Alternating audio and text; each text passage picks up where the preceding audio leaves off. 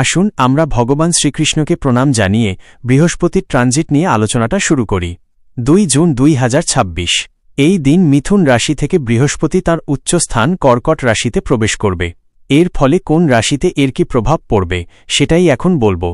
তাছাড়া প্রতিদিনের রাশিফল এবং জ্যোতিষ জ্ঞানমূলক তথ্য জানানোর মাধ্যমে যেমন সকলকে আগে থেকেই সচেতন করি, তেমন আপনিও সেই সুবিধা পাবেন আমাকে এখনই ফলো বা সাবস্ক্রাইব করে রাখলে।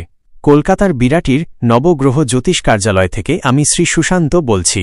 এই ভিডিওতে থাকবে কর্কট, সিংহ এবং কন্যা রাশির উপর বৃহস্পতির রাশি পরিবর্তন বা ট্রানজিটের প্রভাব সংক্রান্ত বিষয়। বাকি রাশিদের নিয়ে এর পূর্ববর্তী এবং পরবর্তী ভিডিওতে বলা হয়েছে। আমার আগের এবং পরের ভিডিওগুলো দেখতে হলে প্রোফাইল বা চ্যানেল ভিজিট করে দেখে নিতে পারেন।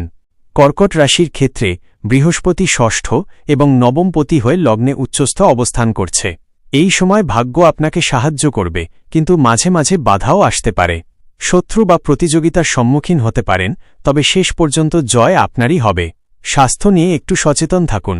সামগ্রিকভাবে সংগ্রামের মধ্য দিয়ে ভাগ্যের সহায়তায় সাফল্য লাভ হতে পারে। সিংহ রাশির ক্ষেত্রে বৃহস্পতি পঞ্চম এবং অষ্টমপতি হয়ে দ্বাদশভাবে অবস্থান করছে। এই সময় খরচ বাড়তে পারে। বিদেশ সংযোগ বৃদ্ধি পাবে। আধ্যাত্মিকতার দিকে মন যাবে।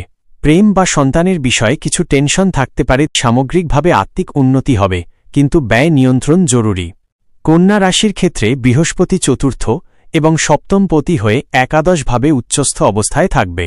এই সময় আয়ের নতুন পথ খুলবে। বন্ধু বা নেটওয়ার্কের মাধ্যমে বড় লাভ হতে পারে। বিবাহ বা পার্টনারশিপ থেকে উপকার পাবেন। সামগ্রিকভাবে এটা ইচ্ছা পূরণ এবং বড় গেইনের সময়। এই হবে কর্কট, সিংহ এবং কন্যা রাশির উপর বৃহস্পতির রাশি পরিবর্তনের উল্লেখযোগ্য প্রভাব।